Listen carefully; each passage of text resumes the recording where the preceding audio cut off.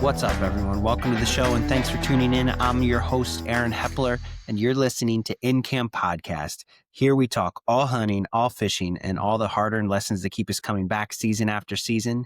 Today, our guest is a trapper from PA, and the cool thing about trapping is if you know a trapper, you know they know the woods like nobody's business, and they know exactly where an animal is going to step their foot, and that's one thing that I think is really cool about trapping. It's not something I've ever done, but it's something that I thought was really cool to learn about. And our guest today is no noob to trapping. She is well-versed and she's been doing it her whole life. So I hope you enjoy this episode with Autumn McEntee. She has some real woodsman skills and it is incredible to listen to her. So enjoy the show. This is InCamp Podcast.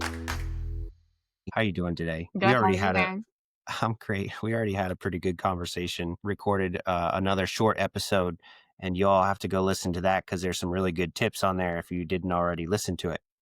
Autumn,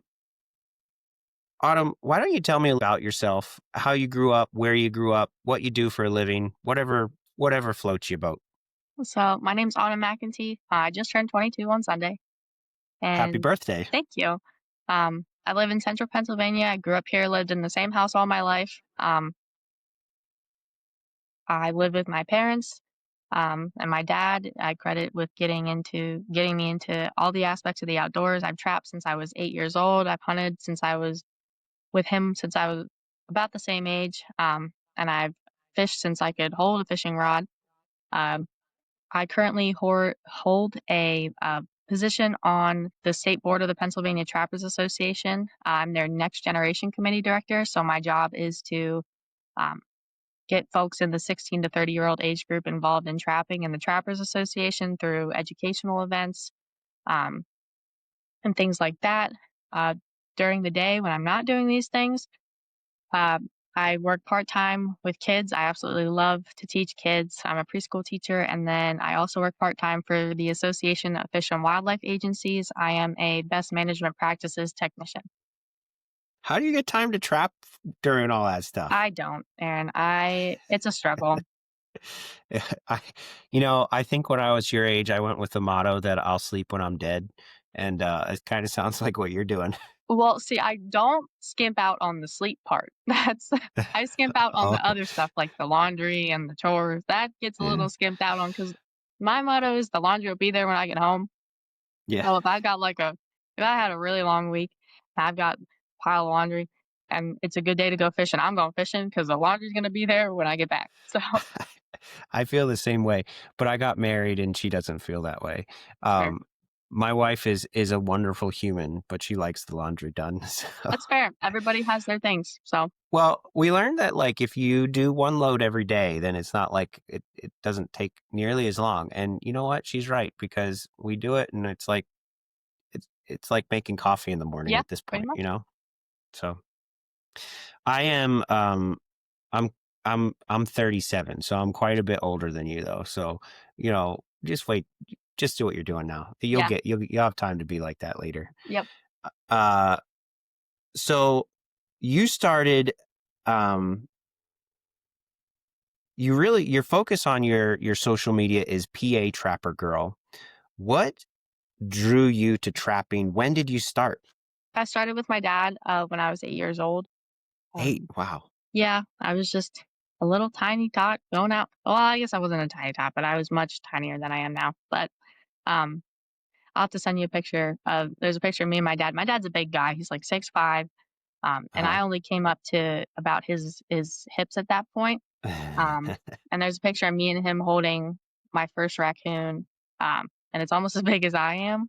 I'll have to send that picture to you. But it started out as something that I could do with my dad because I love spending time with my dad. My dad's my best friend. He's my favorite person, one of my favorite people in this entire world. And I love to spend time with him. And I was already fishing with him. And I used to go to work with him in the summer all the time. Like when I was out of school, he's a wildlife control agent. So he essentially gets to trap all year round, but not keep the furs during the summer and stuff, obviously. So it was just another thing to do with my dad. It sounded really fun. And then he created a monster, like he says. So Yeah. Um, outside of trapping, so you said you like to fish. Do you hunt other things as well? Like, or do you deer hunt and do it all? Yeah. So, actually, I wasn't a big deer hunter up until kind of the last couple of years. Last year I worked for the National Deer Association, so I kind of had to really get into it. But Jeez. before then, I trap deer season's always over trapping season, and I really don't want to close my traps in the morning. Mm-hmm. Like Mm-hmm. I don't want to close my traps to go deer hunting. So Mm-hmm. I decided, well, if I want to deer hunt, I'm gonna have to take up archery hunting. So I've been archery hunting a couple times so far this season. No success yet, almost, but we're not gonna talk about that. I didn't miss. I didn't even shoot. It's fine. Um, We're all deer hunters here. We know the story. well, no, I've never heard this happen to anyone. Never in my life have I heard this happen to anyone. Well, then just tell the story. Okay, so um, it was later in the morning, and my boyfriend and I decided to go take a walk, um, Mm-hmm. just to see what was up. And we're walking by uh, this field of stilt grass and stuff, and it's in a big bowl. And we're looking to see, if there's any deer bedded down in the bowl or anything like that. And we stopped, and about 15 yards in front of me, all I can see is an ear laying down in the grass. We're like, okay, we thought it was a doe. Mm-hmm. And I looked through the rangefinder, and I can see 2 points way out here, outside the ear, way outside the ear. So I start freaking out, right? And I hunt with a crossbow. I had a neck injury back in July, so don't hate on me for my crossbow. I am a crossbow supporter. But so I'm looking through the crossbow to see if it's a legal deer, because I can see most of the deer at that point, and he's lying down. And I took a look. I was like, okay, that's a legal buck. So we're about to try to get him to stand up. And at that point in time, somebody else who was hunting on the property decided that was a wonderful time to come and have a chat. It was coming from the opposite direction. So the deer, I watched the buck look, stand up, and then bolt. Oh no. And the guy comes up and he goes, "That was awesome." And I'm literally You know, about it would have to been more cry. awesome. I'm literally about to cry. He goes, "Yeah, well, when I heard you bleat, I stopped and I was like, I bleated as he was running away." He goes, "That was awesome." And I was like, I was on the verge of tears. The biggest buck I have ever seen in my life, Aaron. The Oh biggest buck, no. at least a mainframe 10, if not an 11. He's way outside the ears. I was so salty, and I, he goes, "That's why it's called hunting and not getting." And I'm like, "No, it maybe would have been getting if you could have just stopped walking for like." that's why you're a Dutch bag. It was good. It was, yeah. I mean, I had something similar. I had a guy that left his hang on stand where I was hunting the night before, and I didn't see it when I went in. And he came in like I was in this spot early. Mm, Like it was almost 4 miles to this spot, right? mhm, And I got into the spot, and this guy was an hour behind me, an mhm, hour, right? And it's just starting to get light, and I'm like, this guy walks in, and he's like, flashing with him, get out of here, mhm, and he's like, I just want to get my tree stand. He's like, I'll come back, and just like yelling through the middle of the woods, right? And I'm like, well, at least it's the rut, right? mhm, And um, I'm watching bucks chasing does all morning, and finally a buck is following these does up the edge of this ridge that I was hunting on, and I came to full draw, and I'm about to pull the trigger, and the buck like turns, looks, and runs down the hill, and I'm like, what the heck? My wind is blowing the complete opposite direction of this deer, right? I turn around and look, here comes the dude to get his tree stand. It's 9 o'clock in the morning. And I'm like, oh, I was mad. I cursed at him a couple times, but I'm a Jesus person, so I felt really guilty about about cursing at him, but I was pretty mad. So if that guy is listening to this podcast and you know who you are, your beanie's ugly, but I apologize for yelling at you. That was very kind of you. That was very graceful. But yeah, no, that guy, and it was private property too. It wasn't like public Oh land that no. we were on. And I can't be mean about it or anything. I literally just had to stand there and just like keep my mouth closed because it was a Yeah. relative of the landowner. And I was like, Oh, okay, I'm going to be very nice, but I was very frustrated because, and the worst part was he was like, that was awesome. And I was like, no, it wasn't. Like, yeah, it was. But in the moment, I was like, all I needed was like another second, just yeah. 1 second. Like I Yeah. had him, and then he just boop, gone. Yeah. And You know he, what? You're gonna get your chance though. It's yeah, coming. yeah. So here's what I want to ask. Since we're on this topic, and we're gonna talk about trapping plenty, and get to know you here. You said you didn't want people to hate on you for being a crossbow hunter. I agree. I don't. You know, I'm not a crossbow hunter. I'm not a crossbow hater. I'm not a crossbow lover. I think there are appropriate times for it. So I want to get your take on crossbows and why you think they're a good thing. So I think crossbows are a wonderful tool, especially for kids, Mm-hmm, and people that may have disabilities, people that have injuries like myself that may not be mm-hmm, able to pull back a bow like they usually can. People who are getting older, um, people who may not be able to afford a compound bow may find a cheaper option in a crossbow. Um, I think they're wonderful for an array of reasons, whether that means you are more comfortable in taking a shot and you are going to make a better shot because you're using a crossbow and that's what you feel more comfortable with, go for it. I think mm-hmm, that mm-hmm. um, as long as it provides a good opportunity, people are safe and responsible with them. And um, I think it provides more accessibility for people to get out and enjoy archery season. It doesn't cap people who um, maybe um, have a prosthetic limb or may have an injury or may not be able to use a compound bow. It doesn't only open that season to people with two working arms and a working back and a neck that doesn't hurt them to be able Mm-hmm. to hunt during that season. So I think it's a great tool for anybody who decides that they would like to use it for whatever reason they deem necessary. Because it gets more people out hunting. And in Pennsylvania, I think I like it. I love that there are so many deer hunters here because there are so many deer that are hit on the road. So, Yeah, and I know we have lots of deer. So we're not at any shortage of opportunities for hunters to get out there and shoot deer. And if they choose to use a crossbow, then so be it. I 100% agree with all your reasons for liking a crossbow. I think, when I was growing up, I couldn't start hunting till I was 12 because we didn't have a mentored hunt back then. It was like, get your hunter safety course. You can hunt when you're 12. I It was I think it was a couple years actually until it started. It was like 2 or 3 years until they were legalized, right? And before that, it was like you had to have a script from a doctor that said you were handicapped in some capacity, and not handicapped, but like shoulder injury, neck injury, back, whatever it is, can't pull a bow. Yeah. I fully agree with that reason. I was also a little kid, right? At 12, I could barely pull the minimum weight, which then was 30 pounds. And I think it's 35 now, Mhm. if I'm not mistaken. I could barely pull 30 pounds. And I killed a deer with that bow and ended up taking it to the shop. And because of string stretch, it was even less than that. It was like 28 pounds when I shot my first deer, and I had a complete pass through.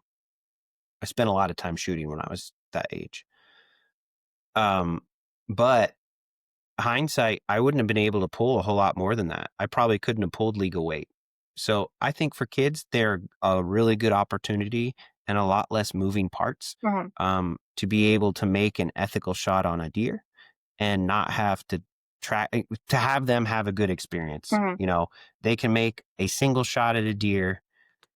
The deer doesn't, they might have the opportunity to not spine it or not be chasing this deer all over the place because they were able to make a ethical shot on a deer with maybe, I don't know if it's a more proficient weapon, if I'm going to be completely honest.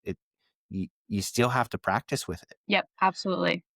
right? Absolutely. How often do you practice with your crossbow? I practice obviously before the season comes in, and then during the season, I practice every chance I get. But I do want to make a point that it's also a great tool to get people into archery hunting that have never hunted before, or it's going to Yep. be their first, like their gateway into hunting. Last year, when I worked for the Yes. National Deer Association, I did 9 mentored hunts, and I took out, I want to say, probably 20 different people who had never hunted Wow. before in their lives, and we were using Good for you. crossbows. Hmm. And I was there for, I think, at least 10, if not more, first deer. And out of Wow. all of the deer that were shot with crossbows with my mentees, we recovered every single one of them. And these are folks from inner city Philadelphia that have never picked up a crossbow or a firearm in their life. No, obviously, like during the orientation for these hunts, they got to practice. They understood the mechanisms of the crossbow. They got to practice shooting and stuff. But I mean, that's, one practice session. And Yeah. then we're going out into the woods, and obviously they're with a mentor, but to have that kind of success rate with folks that have never touched it in their lives, that's incredible. And we're not letting them shoot past 40 yards. Like that's what we're capping at. And I think it is a disservice that people would shoot an arrow past, the 50, like 60 yard, even with a crossbow. Like I don't think anybody should be shooting that far unless you are one of those professional archers that like you use your bow every day, and but that's my personal opinion. Um, that's how I feel about it, because it is an arrow, and I mean you've got to have a clear shooting lane, because if you hit something um with that arrow, it's gonna deflect it one way or another. But um Yeah.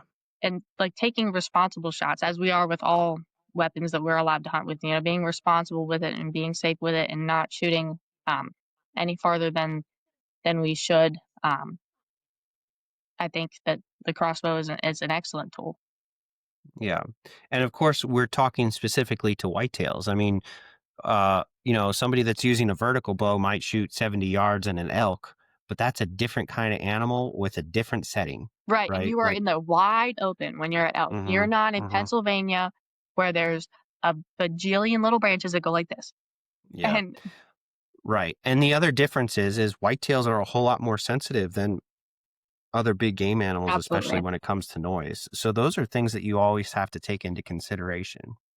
So here are some of the problems that I have with crossbows, because I've had crossbow discussion on here a lot.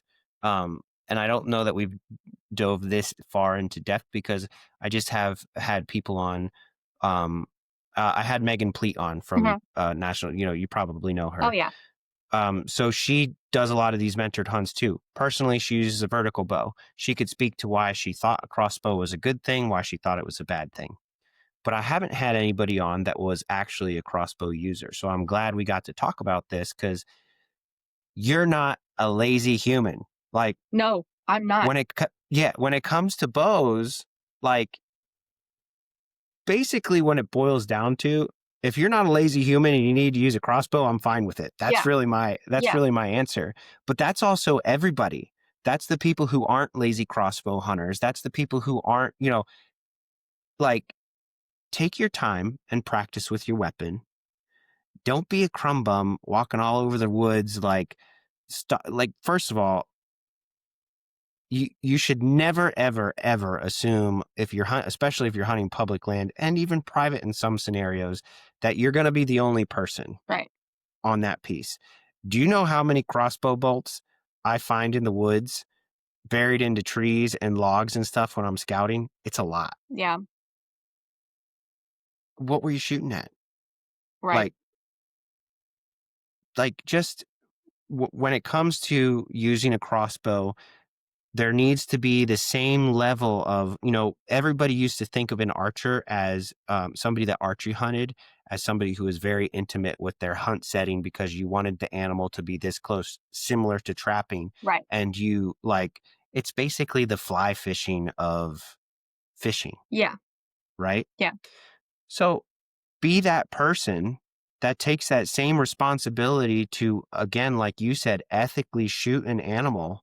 And it is a good way to get somebody new into it that wasn't going to do it before. yeah, And very likely, if those people have the ability and they have the same interest, they probably will veer away from a crossbow at some point in exactly. time. Yep.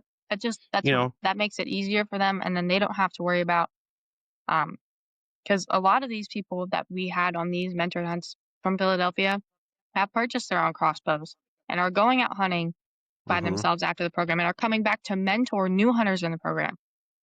And so yeah, I don't know if you know how difficult it is to find people in Philadelphia that would repair a bowstring for you or that would help you if you broke a cam or whatever on your compound bow. But that's like, there's not a whole yeah, lot down there for these people. no, So a crossbow that, I mean, if you buy a decent one, you're probably not going to have any problems with it. Is another great branch of the accessibility tree that they're taking advantage of. Um, so it just makes it easier for them, and then they can practice with their crossbow. Some of them don't have big yards, and they can practice with their crossbow in the yard, provided they have a crossbow target. hmm Um, and then eventually, some of them will move on to hunting with rifles or hunting with muzzleloaders. The Game Commission. We partner with the Game Commission. They do all kinds of mentor hunts, squirrel hunts, duck hunts, um, rifle deer hunts all over the state. So, and they have the option to go and do those as well. So they're trying a bunch of different things. They're not only being exposed to the crossbow hunting. Hmm.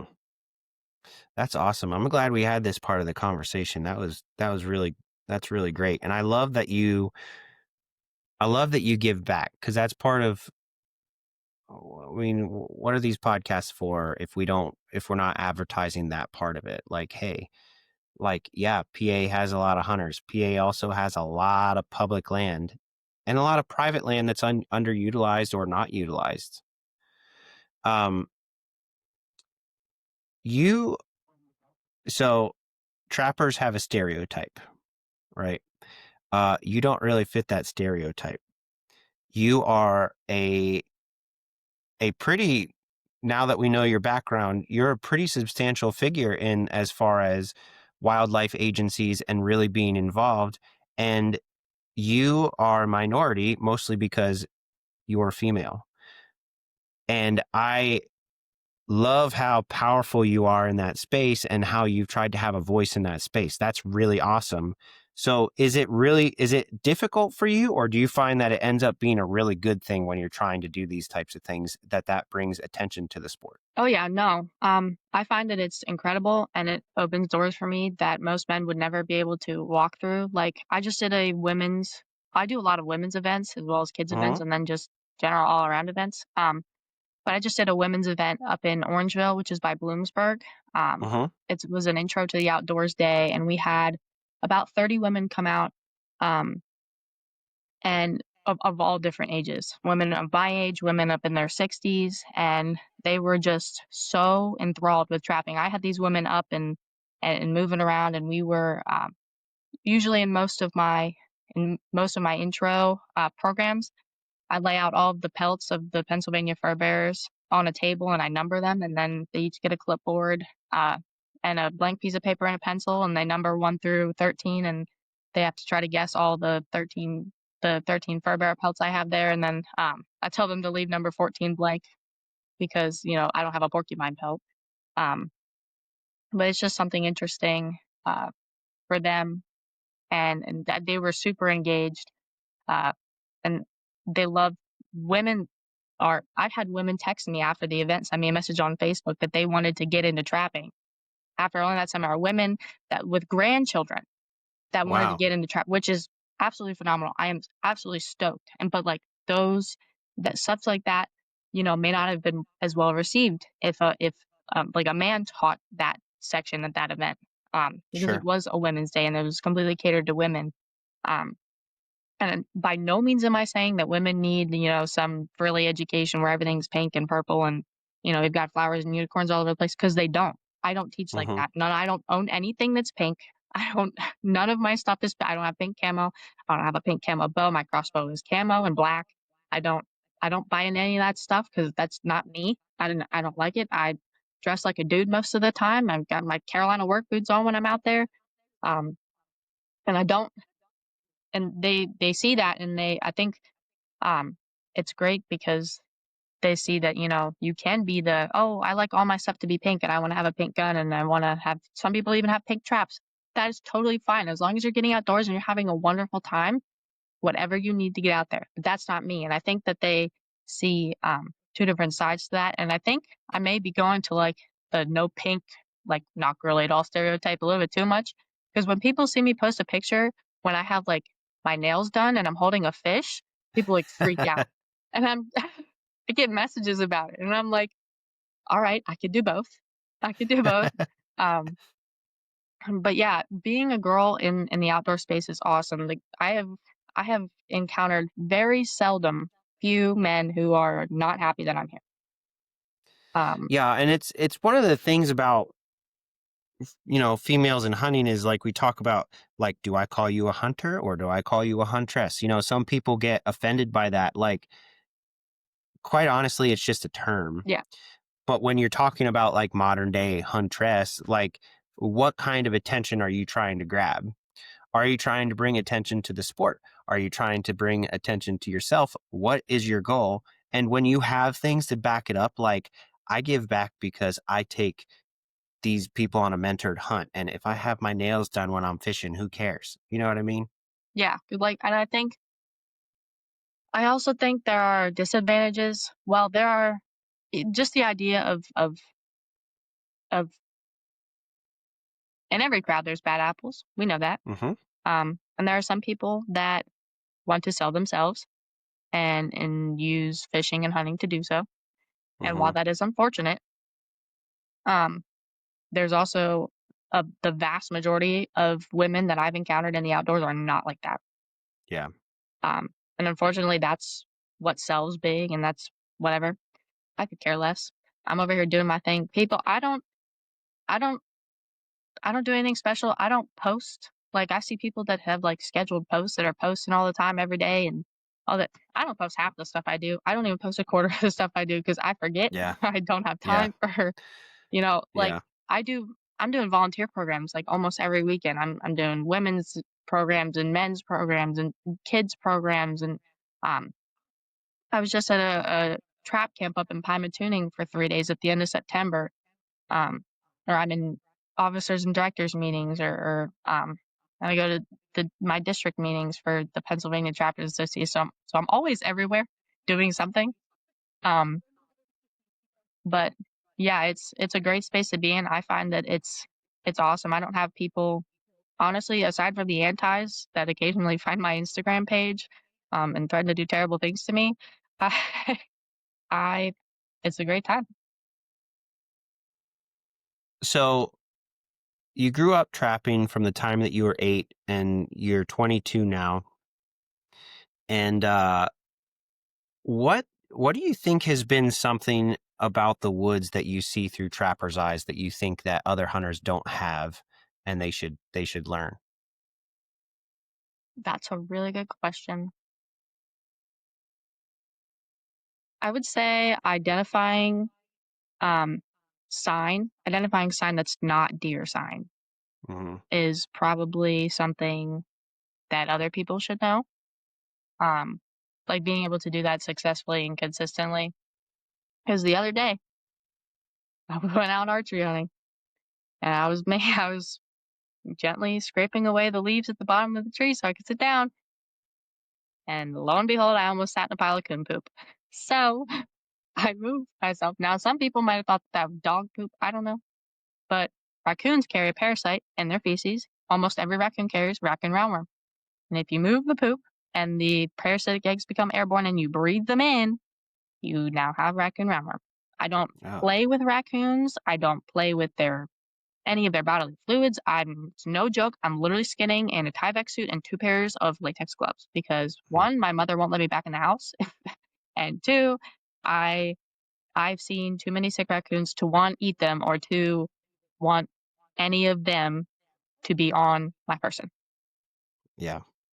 Yeah. People say they eat raccoons, and I'm always like, ugh, I like, can't. I'll eat beaver. I would even try muskrat. I would try any other fur bearer before I tried a raccoon. I would eat a possum first before I tried a raccoon at this point because I can't get down. I'm like, it's a big rat, like a real big rat. And it's ugh.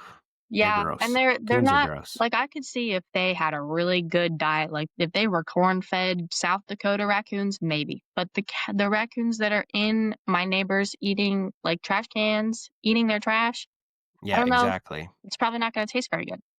So, No. It's the same thing as a bear. Like people say, "Oh, bears that don't taste good." Well, they're probably the bears in the campgrounds eating the trash and yeah, people's coolers and stuff. yeah, and I mean no disrespect to people that, eat raccoons, they're a delicacy in the Southern United States, and I applaud Yeah. them for that. It is just not something I grew up with, and it's just my preference that I don't wanna eat them. I hear you on that. Um, what do you think? What are three things that helped you, like directly relating to hunting and trapping, that helped you excel in your sport? My dad, So a um good mentor. yes, a good mentor, quality equipment, because if you buy the cheap option, you're gonna buy it again. So Mm-hmm. you've already spent double the money, so you might as well just spend the money on the good one. Because if you're, well, it's I will dive even deeper into that and say good clothing, because I'm the type of person that if I am not comfortable, do it, like if I'm cold or if I'm too hot or if I'm like really uncomfortable, like really, really uncomfortable and I'm not having a good time. Or if I'm like soaked from the rain or whatever. So like investing in good rain gear, investing in warm long johns, making sure my waders don't have holes in them, and treating my equipment nicely so that it Mm-hmm. lasts me a long time. That is huge for me, because if I'm cold, I'm not going to want to sit out there all day. If I don't have hot hands, I'm not, my fingers are going to be cold. If I don't have foot warmers, my feet are going to be, I'm the person that's cold all the time. Like even in my own house, I'm just freezing. So, um, quality equipment and quality clothing was absolutely one of the biggest things for me. Because if little 8-year-old me had a bad experience because I was soaking wet and freezing cold all the time while I was trapping, I probably wouldn't have stuck with it. But since I had a Mm-hmm. good experience and I had snacks and little Debbie's and all that good stuff, I was able to have a positive experience, and that has lasted my entire life. Um, Mm-hmm. and then probably the third thing is access to education. I have tons of books on hunting and trapping. I have um, people I can call at the drop of a hat, some of the best trappers in the United States. I could call Ron Leggett right now and he'd pick up the phone and we'd talk for an hour. I absolutely Mm-hmm. adore Ron Leggett. He's one of the biggest trappers in the country. Him and his dad were incredible red fox trappers down in Maryland.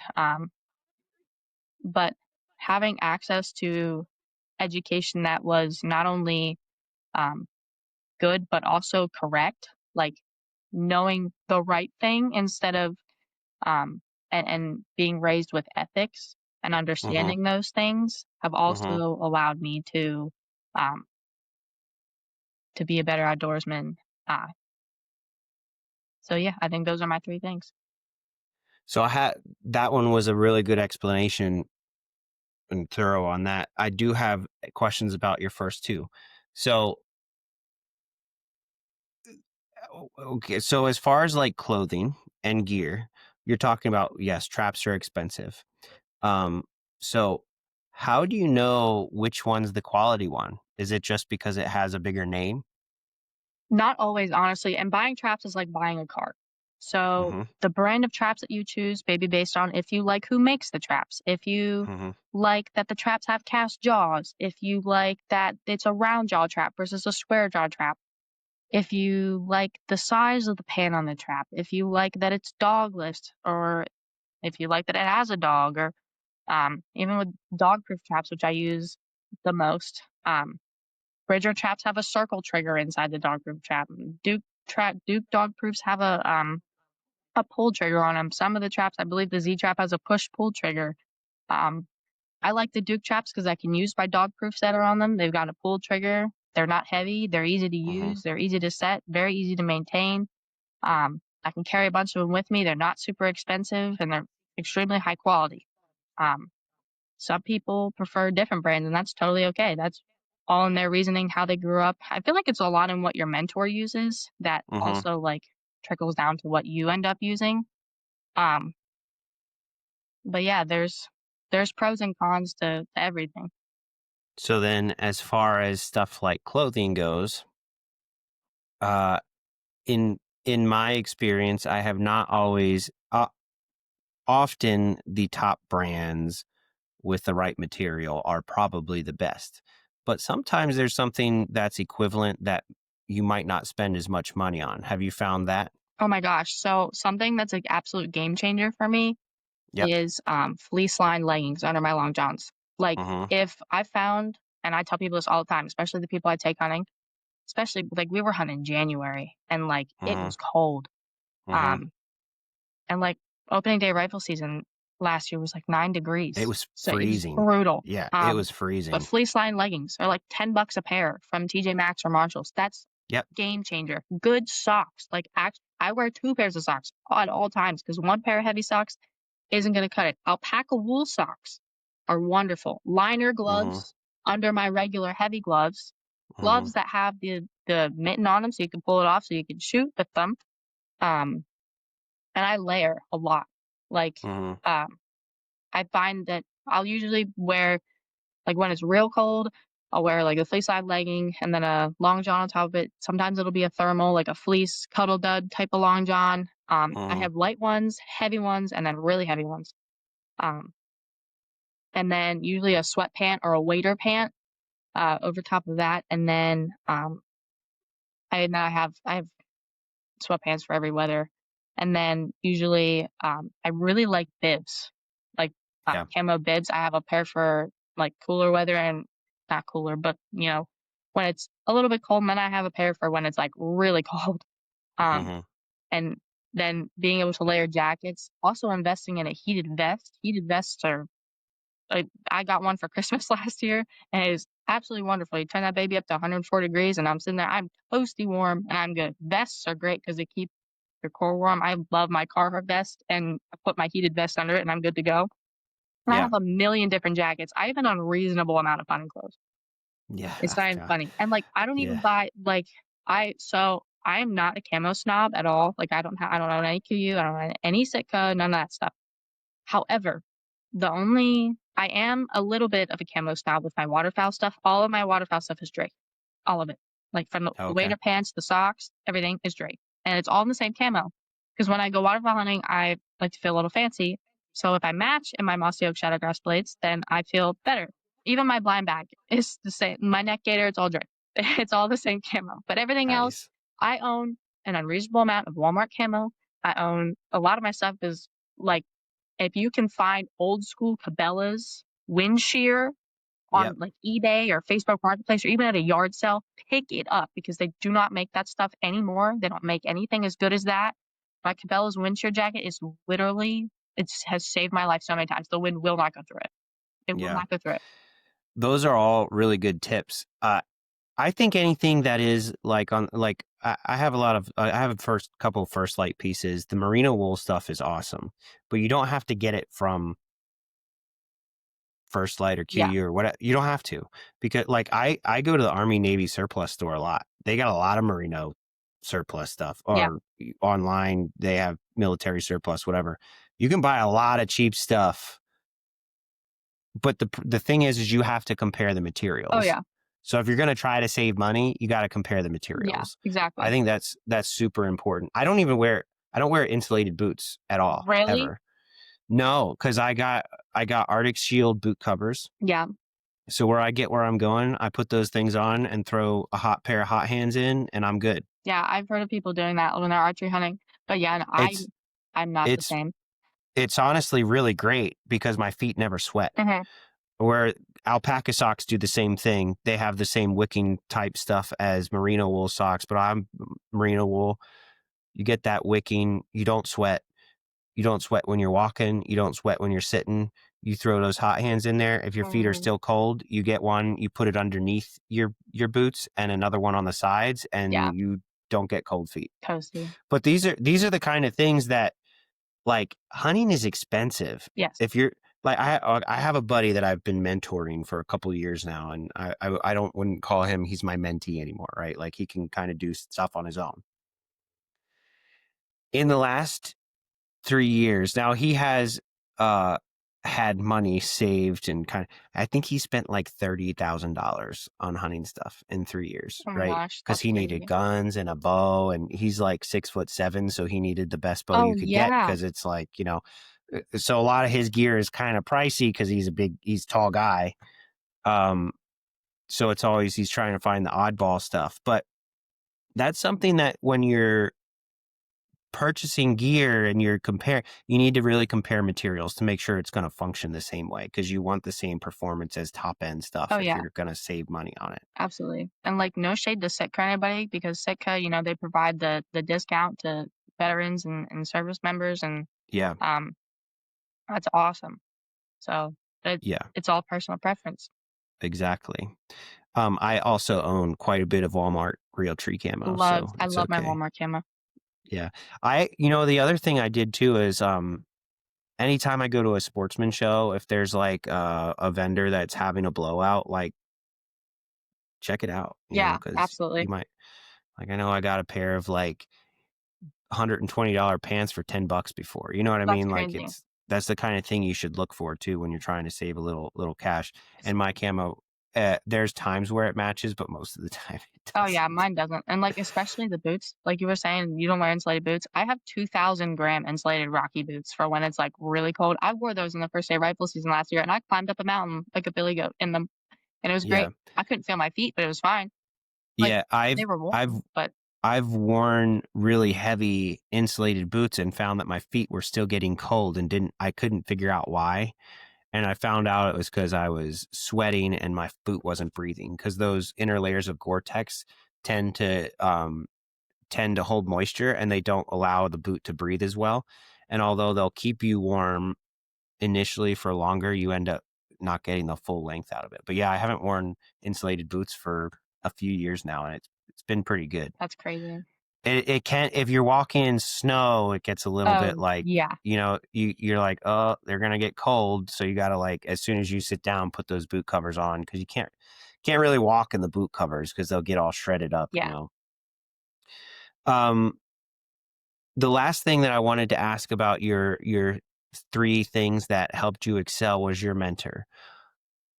Your dad taught you how to hunt and how to fish, especially in the initial phases of it. But what else did your dad do that meant a lot to you as a mentor? Oh God, you're gonna make me cry.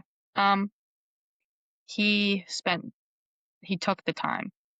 Like he really took the time. Like some of my best memories growing up were during the spring and the summer and the early fall, getting home from school and checking the backseat of walking up the driveway and looking in the window of the backseat of my dad's truck to see if we were going fishing after school, because he'd already have everything loaded in the truck, my fishing rods and everything.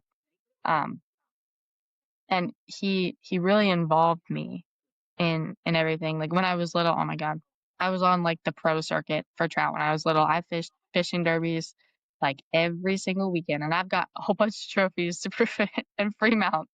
And he made sure that I knew what we were doing and that I was good at it and that I learned from what we were doing. And we caught tons of big fish, and um, he was good at what he did. So then I'm good at what I do.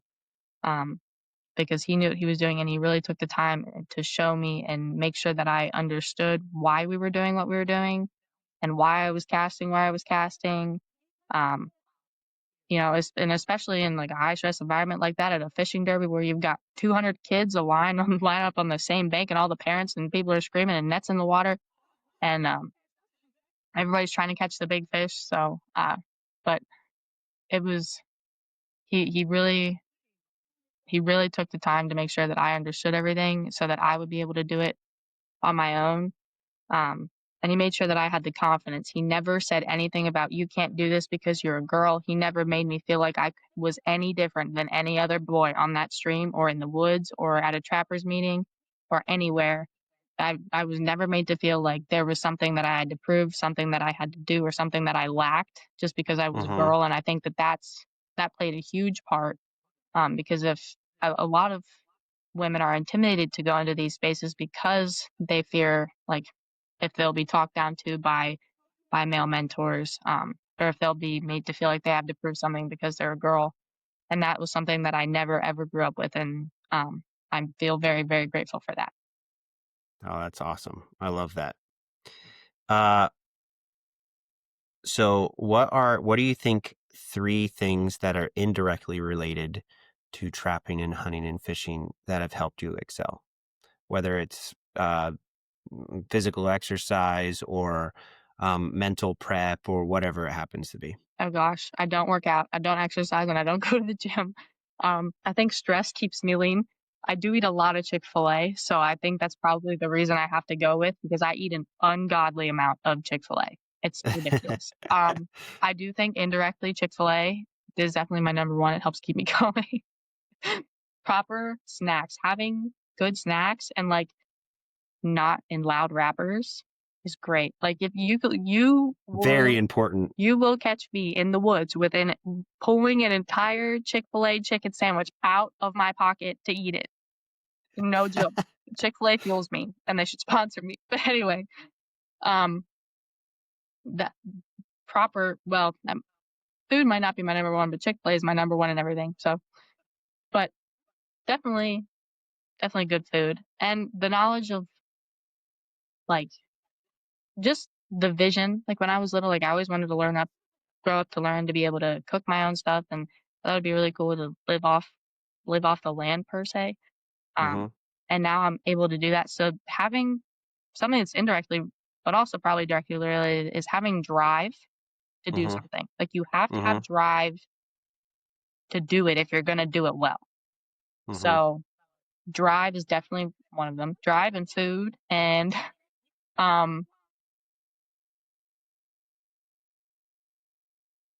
I'm not sure what number 3 would be. Probably um, common sense. That makes yeah, I that's a good one. I am dumbfounded every single day when I scroll on Facebook and I look at some things in some hunting Facebook groups on Facebook, and I'm just like, how did you make it this far? Because I'm some with you. people are scary. Like, I'm not ratting on anybody, but some people, it's really scary, the things that they like are doing or have done. And I'm just, if all these people just had the comments like a little bit, I think we would be better off. But I like to think I have a little bit of common sense that has helped me out along the way. Because common sense is also like, if you're not the first or the second truck in the public spot, don't be the third. Like if Hmm. you're um and stuff like that, that goes along with, the code of ethics, and also fair chase. Um and being an ethical hunter, and maybe even if it's not in the rule book, to still do it because it's the right thing to do and not Hmm. because it's just going to make you look cool. Um, Yeah, so yeah. that makes sense. What's something that you do as far as trapping that's important to off-season maintenance? Like whether it's you're scouting new areas or you're fixing up your traps or It's a little whatever. bit of everything, honestly. Hmm. And a lot of it is looking for new places to trap because, I mean, it's always, most of the properties that I have that I can trap right now, I have trapped since I was 8 years old. Hmm. So I know where, like, we set the same locations pretty much every year on those properties, because they've been successful. That's where the animals are traveling. That's what they're using. And when that changes up, we change up. But it is definitely looking for more places to trap. How far do you drive? Could you have to check your traps every day, right? So in Pennsylvania, by law, you have to check them once every 36 hours at minimum, Okay. but a responsible trapper does check them every 24.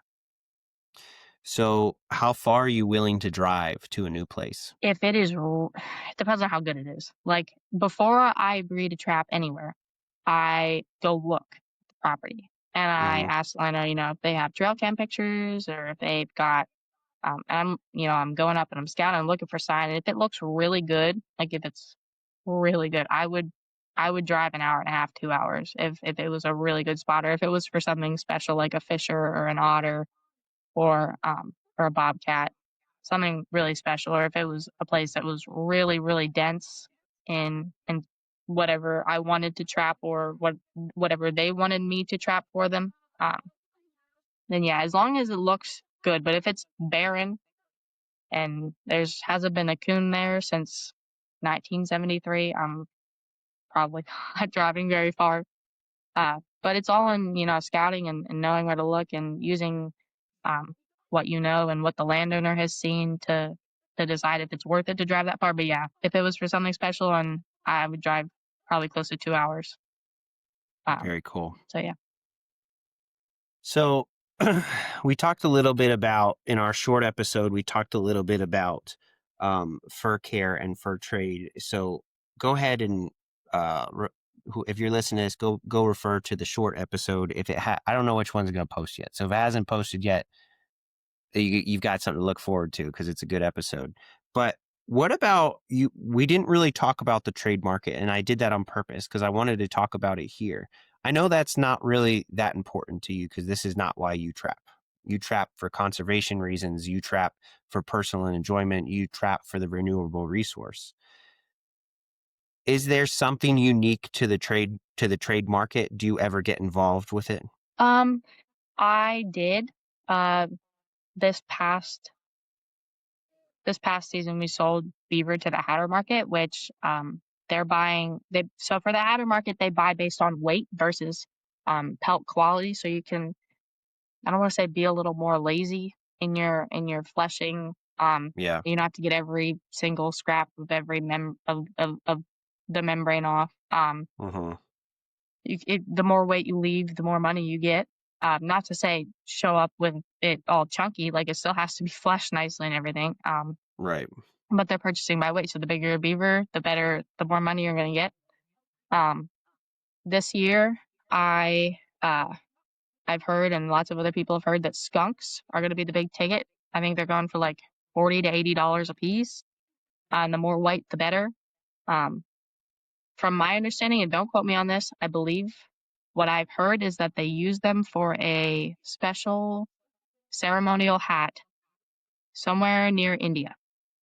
Ah, And okay. apparently that's in demand right now. And I also just saw something yesterday about a high interest in mink pelts for the 2026 fur auctions. Wow.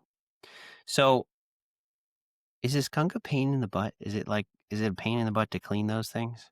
So it depends on the the personality of the skunk that you have in your possession.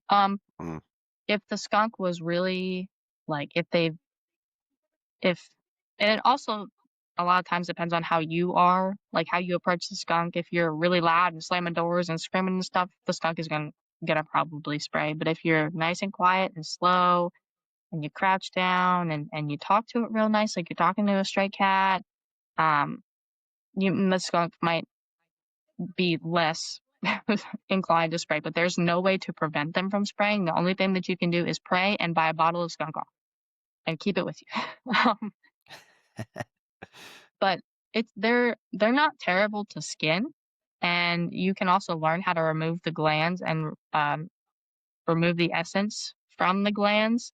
Mm-hmm. Skunk essence sells for like $25 an ounce. So What do they use that for? perfume, trapping lures. I know a few people that probably have that in their perfume now. Oh yeah, almost that's what makes it stick. Ugh, gross. But like they obviously extract the snaky stuff from it, and then Yeah. but yeah. I don't know what I wrote right there. That's all right. I want you to tell me. I don't know how trapper stories go. Like, when a deer hunter tells a story, they're like, "Oh, just like the story you told about the deer in the beginning." Is there a story that I can hear from you that was like an excellent trapping day or some memorable moment for you in the woods? Yes. When I trapped beaver for the first time with my dad when I was 9 or 10. And these beavers had come up the Susquehanna. They come up a little tributary about 15 minutes from my house, which is pretty unusual for them. because it's very, very small, but it led up to a piece of private property that I already had permission to trap. The lady had ponds on her property, and she had this little creek that ran through her property. And we already trapped there for raccoons and muskrats and mink. Um, so when we found this beaver sign, the sign that the beavers were there, uh, we decided that we were we were going to trap beavers for the first time. And beavers are my favorite thing to trap. Mm-hmm. And it started way back then. And back then, beaver season came in the day after Christmas. Mm. So I vividly remember, and my Uncle Paul was with us. So it was me, my dad, my Uncle Paul sitting in the truck waiting until, I believe it was 7 a.m. that you could set traps on the opening day of beaver season. So we're there, all Mm-hmm. there in the truck, sitting there waiting for 7 o'clock. And we, uh, we got all our stuff, and little me's there dragging the sled. And we set 2 conibears bears, and we set a foothold trap. Um, and my dad, like even when I was little, I had all the equipment. Like I had the shoulder length gloves and the waders and everything. So I could be right in there with him. And I remember making the caster mounds and learning about that. And then as we were going to leave, we heard some splashing in the water, and from around the corner of the creek up comes one of the beavers. He's just swimming along, and that's probably one of my most memorable moments in the woods, was just seeing that beaver go swimming along. It gave me the property really reminds me of, and I don't know if this movie's old for me, so it might be old for lots of people that are watching this, but The Legend of Boggy Creek. I don't think I've seen it. It's a Bigfoot movie. One of my Okay. favorite movies ever. My brother has probably seen it. It's phenomenal. And there's one of the characters, his name is Travis Crabtree, and he's a trapper. And I felt like Travis Crabtree at that time, but it's a very old movie. It's a good movie. It's one of the best Bigfoot movies ever. It's about, they call it the Fouke Monster. It's in Fouke, Arkansas, but it's Bigfoot. If you ever get a chance to watch it, you'll probably have to buy it on DVD, but it's a excellent movie. But that's what I felt like in that moment. um, but yeah, that was one of my most memorable moments, just seeing them. And trappers have such an appreciation, especially me. I have such an appreciation for all wildlife. And just beavers are one of my favorite animals. So just being able to see them and just see a beaver out in the wild was it was mind blowing. People miss the part of a story where it's not like the success is awesome. Mhm. Like when you shoot a deer, or you shoot your turkey or your bear, or you whatever, whatever it is, the success story is awesome. Mhm. But there's nothing that compares to the part of the story where you're really in it. Yeah. Right? Like when you were chasing the animal, or when you spent the time scouting for the animal, or the things that you saw while you were hunting the animal, or what the season was like while you were in the tree, or in your waders duck hunting, or whatever it was. It's all about the thing that got you there, and everything that surrounds it. Exactly. Like obviously, like I like the stuff too, right? Yeah. The stuff that you get to bring home, but the stuff that you bring home and you put on your wall is the memory of that moment, Right. not like, I mean, there's something to be said for people that like go out of state and kill $10 in a season. But if you ask them if they had fun, they said like, yeah, hindsight, I did, but while I was doing it, it sucked balls. Like Exactly. That's not it's what it's not, about. yeah. And they know that too. I think, deep down they know that too. And maybe that's just like a personal goal. Maybe it's like a short-term thing. Like, I wonder if I can do it, and that's fine. It's all your thing, but you can't forget the things that surround all the reason you do it. 'Cause otherwise it's not that fun. Exactly. You have to build an appreciation. You have to have an appreciation for wildlife to be to be a steward, like to be a steward of conservation, a steward of the land. Like you have to do those things Yeah. and have those qualities to be somebody that hunters would say, that's one of us. Autumn, it's been so great having you. I do want to be respectful of your time. Can you please tell people where they can find you at? You can find me at PA Trapper Girl on Instagram or at Autumn McEntee on Facebook. Perfect. You heard her. Go find her. Her stuff is real awesome. Hope you enjoyed this episode. Autumn, thanks so much for coming on. Thanks for having me. Well, that's a wrap, InCamp. Thanks again for listening. Be sure to check out Autumn's acknowledgments in the show notes. Be sure to leave a rating and a review wherever you listen to InCamp Podcast. It really helps the show reach more ears, and I greatly appreciate it. You can follow the show on Apple and Spotify, iHeartRadio, and YouTube. You can follow the show and see what we have going on at InCamp_podcast on Instagram. You can email me at incamppodcast@gmail for any suggested topics or suggestions or even questions you might have. You can feel free to do that. So again, thanks so much for listening week after week. It really means a lot. This is InCamp Podcast.